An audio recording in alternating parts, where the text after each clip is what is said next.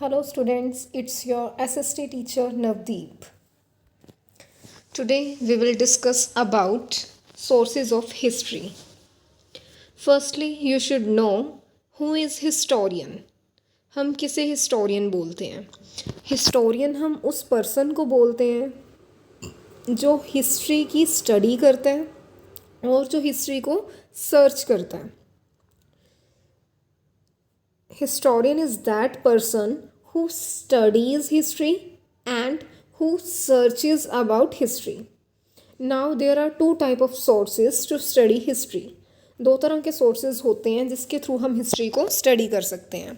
First होता है archaeological sources and second is literary sources. Archaeological sources कौन से सोर्सेज होते हैं? आर्कियोलॉजिकल सोर्सेज हम उन सोर्सेज को बोलते हैं अगर हम पास्ट में हमें अगर कुछ पास्ट की ऐसी चीज़ें मिलें जिससे हमें हिस्ट्री के बारे में कुछ ना कुछ पता लगता है.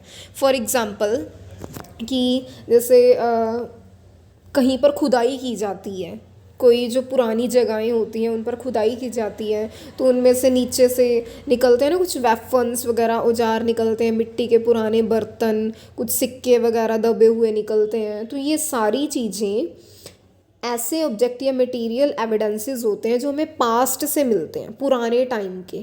ठीक है, जैसे पुराने लोग ज़मीन के नीचे दबा देते होते थे ना सिक्के, अशरफियाँ वगैरह, वो सारा कुछ अगर हमें मिलता है तो वो आर्कियोलॉजिकल होता है. इसके अलावा लिटरेरी सोर्सेज होते हैं हिस्ट्री के.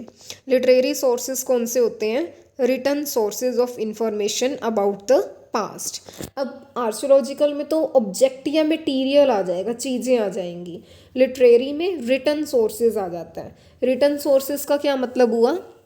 रिटन सोर्सेज का मतलब है जैसे मैन्यूस्क्रिप्ट्स होती हैं ना, जैसे पहले जो लोग हैं हैंड रिटन कुछ ना कुछ मटेरियल अगर वो लिखते होते थे तो उसको हम मैन्यूस्क्रिप्ट्स बोल देंगे. या पुरानी कुछ बुक्स वगैरह होगी, मतलब कुछ ऐसी इंफॉर्मेशन, कुछ ऐसा मटेरियल जो रिटन फॉर्म में है, वो लिटरेरी सोर्सेज होते हैं. तो पुराने टाइम के लिटरेरी सोर्सेज भी हमें मिलते हैं, आज के टाइम पे कुछ मिल जाते हैं, और पुराने टाइम की कुछ पड़ी हुई पुरानी जो चीज़ें हैं उससे भी हम हिस्ट्री को स्टडी कर सकते हैं. तो दो तरह के आपके सोर्सेज हो गए हिस्ट्री को स्टडी करने के, आर्कियोलॉजिकल और लिटरेरी. देखो आर्कियोलॉजिकल के यहाँ पर आपको एग्जांपल दिए हुए हैं. मॉन्यूमेंट्स. मॉन्यूमेंट्स कौन से होते हैं? जो पुराने टाइम के इमारतें बनी होती हैं, किसी की याद में बनी होती हैं, या वैसे कुछ पुराने किले वगैरह हो गए. अब यहाँ पे चार मीनार हो सकता है, लाल किला हो गया, इंडिया गेट हो गया, इस तरह से कुछ मॉन्यूमेंट्स आपके. और बोन्स, हड्डियाँ वगैरह मिली खुदाई करके उसके नीचे से, या कॉइन्स मिले, अशरफियाँ. पोट्स एंड पैन्स, मिट्टी के बर्तन, घड़े वगैरह, ये सारी चीज़ें. टूल्स एंड वेपन्स, हथियार वगैरह, या और कुछ टूल्स जिससे खुदाई वगैरह करते हैं, ऐसा कुछ भी हमें मिल सकता है. तो वो सारा कुछ आर्कियोलॉजिकल सोर्सेज होते हैं हिस्ट्री के. इससे हमें पता लगता है हमारा पास्ट कैसा था, उस टाइम पे कैसी चीज़ें चलती थी. Now literary sources. Literary sources कौन कौन से हैं? Books, manuscripts, inscriptions. बुक्स होती हैं, आपको पता ही है, किताबें जो पब्लिश्ड होती हैं. एंड मैन्यूस्क्रिप्ट्स हैंड रिटन, जो लोग लिखते होते थे उस टाइम पे.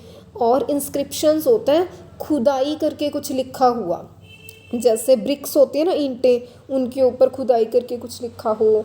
या पुराने टाइम पे जो दीवारें होती थी ना, दीवारों के ऊपर खुदाई करके कुछ ना कुछ लिखा होता था, तो वो लिटरेरी सोर्सेज हैं.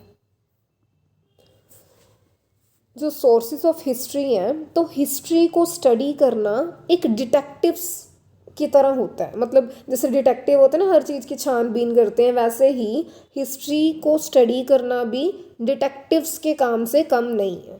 ठीक है, पास्ट को पूरा खुरेदा जाता है, इसमें स्टडी की जाती है, उसकी अच्छे से छानबीन की जाती है. जो आर्कियोलॉजिस्ट और हिस्टोरियंस होते हैं वो पास्ट को समझने की कोशिश करते हैं, किन के बेसिस पर? लिटरेरी सोर्सेज के बेसिस पर, और पुराने टाइम के जितने भी हमें एविडेंसेस मिलते हैं.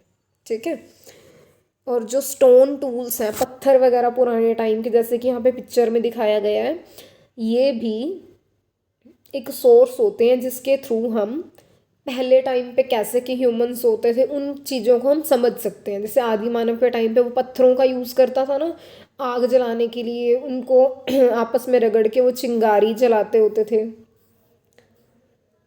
ये था सोर्सेज के बारे में। अब यहाँ पे आपको 4 पिक्चर्स दिख रही हैं। अब मैं आपको आपके होमवर्क बता रही हूँ कि आपने होमवर्क में क्या करना है। यहाँ पे आपको 4 पिक्चर्स दिख रही हैं, तो आपने बताना है कि जो फर्स्ट पिक्चर है वो आर्कियोलॉजिस्ट का एग्जाम्पल है, आर्कियोलॉजिस्ट सोर्सेज है, या फिर वो लिटरेरी सोर्स है। ऐसे ही बी वाली पिक्चर का बताना है, ऐसे ही सी का बताना है, और ऐसे ही डी का बताना है। और इनके आंसर्स आपने मुझे कमेंट बॉक्स में टाइप करके भेजने हैं। मैं वहाँ पे सबके आंसर्स चेक करूँगी, ठीक है? बिकॉज इसको आप नोटबुक पे करने का तो इसको कोई तरीका है नहीं है ना, तो इसलिए आपने इसके जो आंसर्स हैं वो मुझे कमेंट बॉक्स में देने हैं, ठीक है?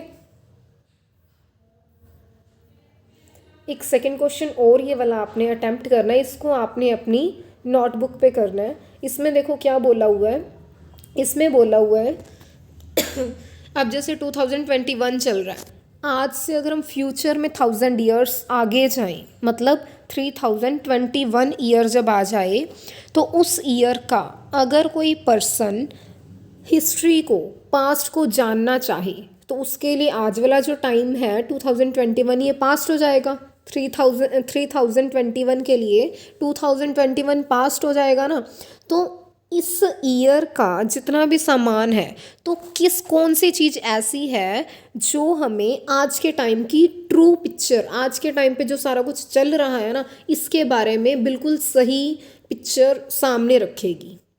कहने का मतलब क्या है, सिंपल वर्ड्स में अगर बताऊं तो 3021 में अगर कोई पर्सन जानना चाहता है 2021 के बारे में, तो यहाँ पे 2021 की ऐसी कौन सी चीज़ है जिससे उसको पता लग जाएगा कि इस टाइम पे 2021 में क्या कुछ चल रहा था, कैसा यहाँ पे सारा कुछ कल्चर था, या कैसा पास्ट था, वो सारा कुछ उसको पता लग सके। ऐसा कौन सा ऑब्जेक्ट है, ये आपने अपनी नोटबुक पे लिखना है कि कौन सा सब्जेक्ट है ऐसा, और आपको क्यों लगता है जो भी आप ऑब्जेक्ट चुनोगे, कि फॉर एग्जांपल आपने कुछ भी ऑब्जेक्ट ले लिया, जैसे कोई मूर्ति ले ली या कुछ भी ऐसा ऑब्जेक्ट आपने सोच लिया, तो उसका रीज़न क्या है, आपने क्यों ऐसा सोचा कि उस चीज़ से हमें पास्ट का अच्छे से पता लगेगा, तो उसका रीज़न भी आपने लिखना है, ठीक है? Enough for today. Okay, thank you.